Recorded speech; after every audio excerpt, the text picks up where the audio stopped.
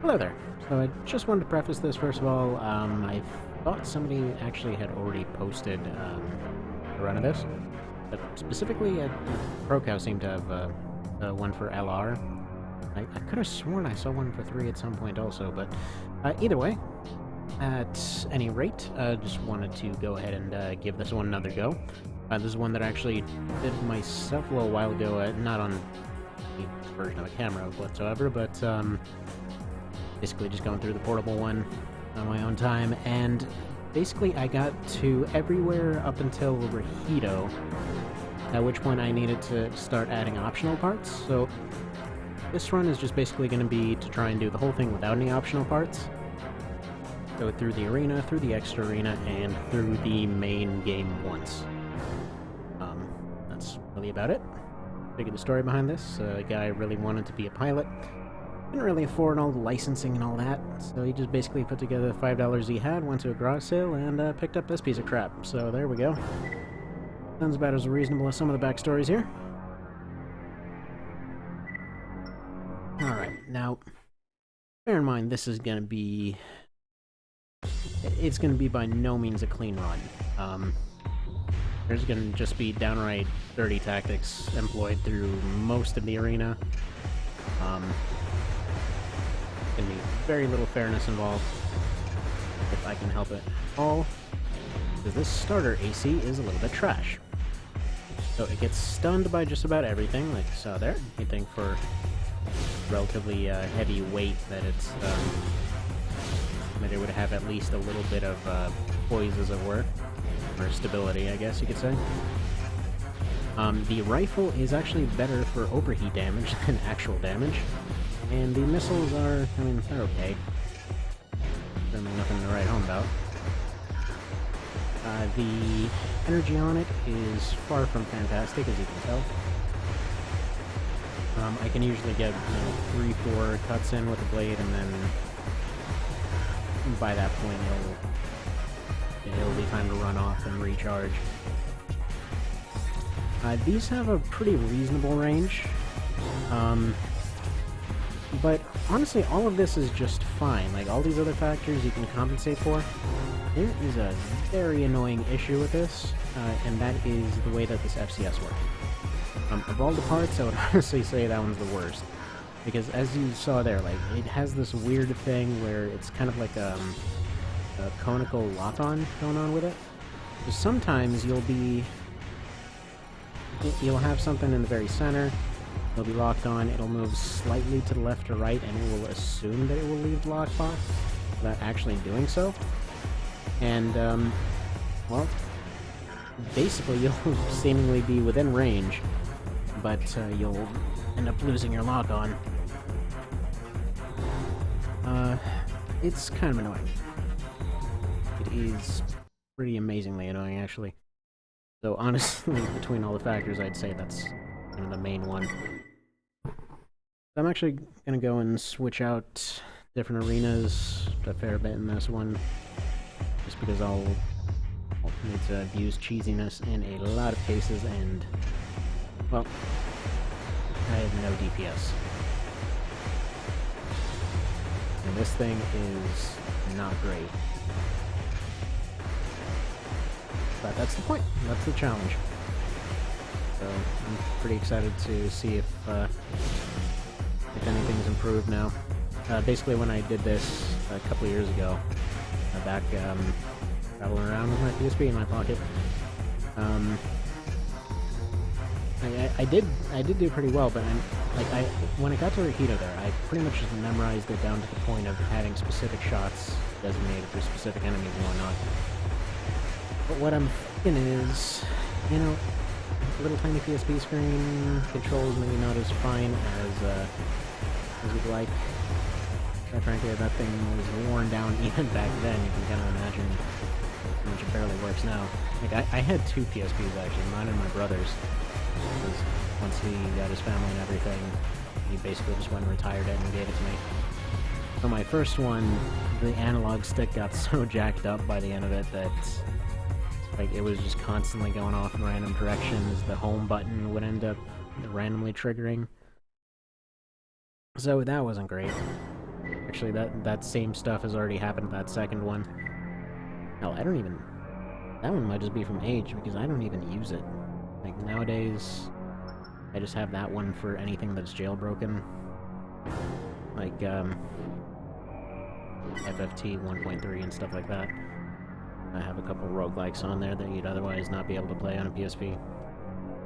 Like, it's a handy little thing for modding. And for anything legit, so to speak, I just have my Vita. Which I got for practically free, frankly. And I get some pretty good deals on those things. And I got the thing with 2 games and some upgrades for $2. I basically just went and sold those games and basically got it for free. So that worked. I mean, I had to replace both analog sticks over time on that thing. Default nubs on the Vita are kind of crap. And they had a tendency to drift after a pretty short... Wow. Holy crap. Okay, my cat is a little bit special. I have a cat that's... I honestly wonder if she has mental, like, issues at sometimes. Like, just now, she tried to jump on top of the table, completely missed, and dunked herself in a giant water bowl. She's just walking away all embarrassed. Oh man, poor thing. She just eats random objects and then wonders why she gets sick. Not too bright. Like I was saying about the Vita, like, it's a really solid thing hardware-wise. Like, it's got good games on it, it's got like, pretty good power and all that, but those friggin' nubs it comes with are just way too, like, joysticky. They're really conical and that doesn't work. Like, I really like the flatness of the PSP, and it might just be because I have sausage fingers, but I just really appreciate the flatness of it, so I got a couple nubs for the Vita.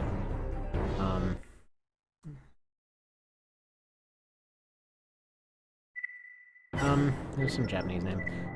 But they had that same kind of cheap plastic, like the flat cheap plastic, and that doesn't sound like a very great thing, but I loved it.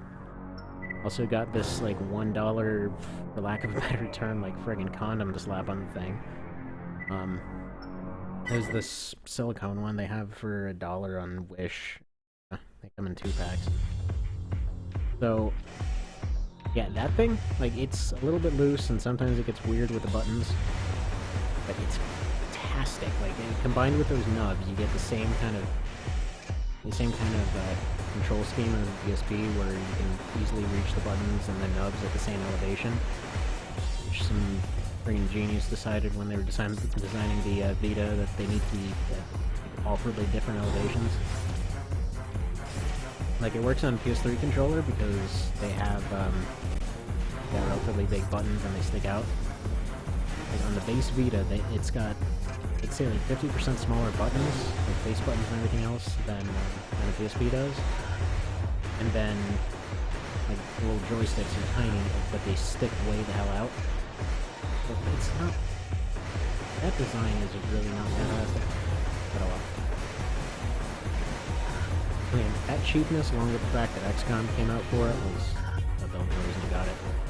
I was thinking about it, and like, I'm not gonna buy this new. I'm never gonna buy this new. I can't really spare the extra $100 or whatever. And yeah, I find it practically free on Craigslist. So, worked out. It's got Civilization on it, that's pretty good. The ACs work pretty good. You can actually remap it to both joysticks and whatnot. But actually, you can remap 4 buttons to the back touchpad, which doesn't suck as much as you might think. Takes some getting used to. Shadow Tower is on it, another old FromSoft game. Recently it got Salt and Sanctuary, which is basically 2D Dark Souls. It's pretty great. Been doing a lot of challenge runs of that one. Did a SL1 run not too long ago. And that was amazingly cheesy and I loved it. Frankly, any game where you can just employ disgusting amounts of cheese to win something, I love it. But yeah, has XCOM, has Steamworld Heist, There was a remake of one of the Sheer and the Wanderer games, which, I'll be honest, I'm not a huge fan of the whole extraordinarily Eastern aesthetic. I guess it's just not my culture, so to speak. It always feels a little bit weird to me. That's mostly because I came from a bizarrely Catholic background. I'm probably the most un-Catholic Catholics ever, but whatever, that's a long story. Anyhow. That game's fantastic, though. Sheer and the Wanderer. If they would have it for sale for under 40 bucks, I'd probably get it. I know they did a few months ago, but I was so broke that I couldn't actually spare the 20 bucks for it. That is life. Family is expensive. But, not a bad thing. You know, very worth it. So, in general, though, like, it's got a lot of good stuff going for it. And especially, it's, you know, it's got the old PSP library that's constantly going on sale and whatnot. So, if you can get it for cheap, it's a really solid device. It's actually surprisingly easy to take apart and fix in case there's anything wrong with it. That's a selling point for you. So far I've had to take it apart twice, once for the analog stick and another one, because when my kid was being born, there was a whole commotion in which some apple juice was spilled all over it, and so I had to open it up and clean it out. I've only had one glitch with it, with thing that, some weird save issue that happened, and I still don't really know exactly what caused it, because I was playing XCOM there. The thing crashes, and, for whatever reason, that deletes my Minecraft saves. Yeah, there's Minecraft on it, too. When you're feeling like building a house. Yeah, so, for some reason it deletes those, and almost nothing else. Like, it deletes XCOM and Minecraft for some reason. I think, like, resets some of Don't Starve. But then nothing else happens and everything else is just fine.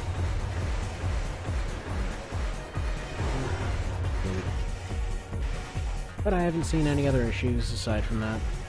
And I believe there was an issue with the autosave that XCOM uses.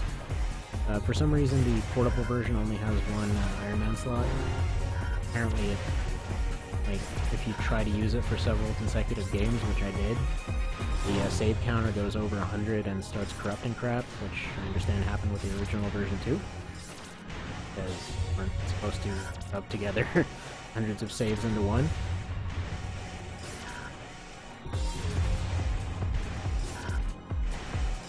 Anyway, it's all device is the point I'm trying to make here.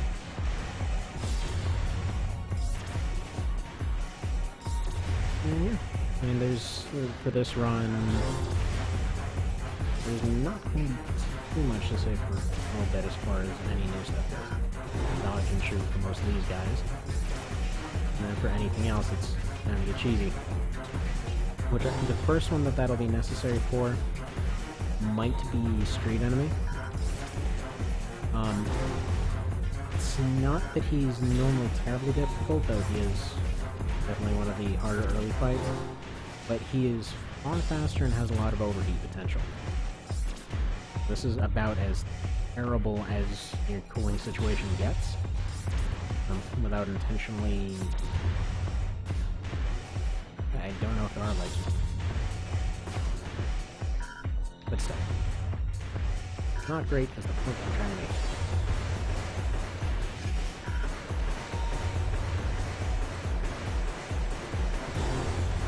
I know I'm not being perfectly ammo efficient. For this early part, I'm not concerned. Later on, I'll end up changing that. And it's actually part of the reason I have the panels that I do. Basically, I have the data, heat, and remaining enemies. That last one I always tend to have. Data I usually have. Basically, I'm going to be looking to run guys out of ammo, first of all, and then also overheat them as much as possible. You can see, like, that guy has a pretty average radiator. Can't even get through it. Can't get through that heat bubble.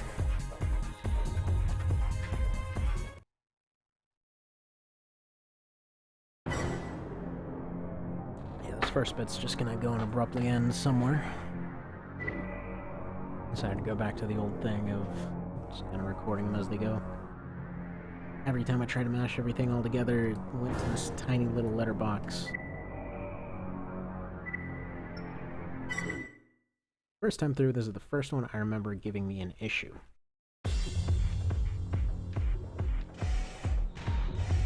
Not because of his tactics, but because of his gun. Oh, okay. Good. So, here's the one good thing about the rifle. It does have a pretty decent amount of stagger to it. Yeah, it can end up defaulting with Dark Souls terms in a lot of cases, but that's basically what's going on here. So in some cases, it can stun lock. So there's that same lockbox issue where you technically have a minute. The game doesn't care. It's shutting it off because lockbox is a friggin' Mac from the 80s.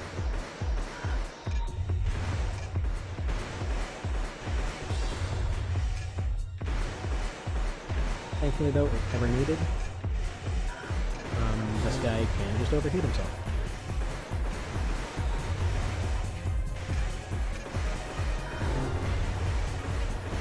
That's it.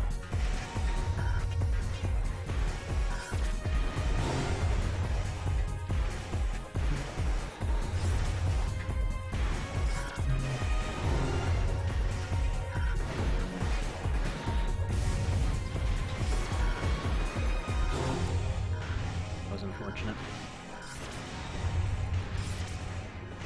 But such things happen.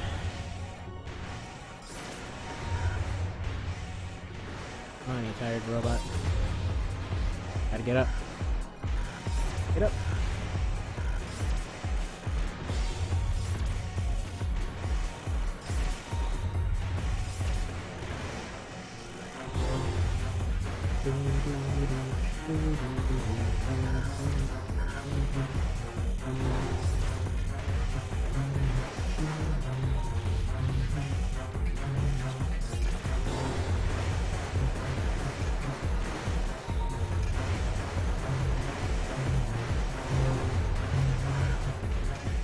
Little diagonal fidget jump thing is pretty good for this run. It gives you a good little window for dodging left or right while pretty much using no energy.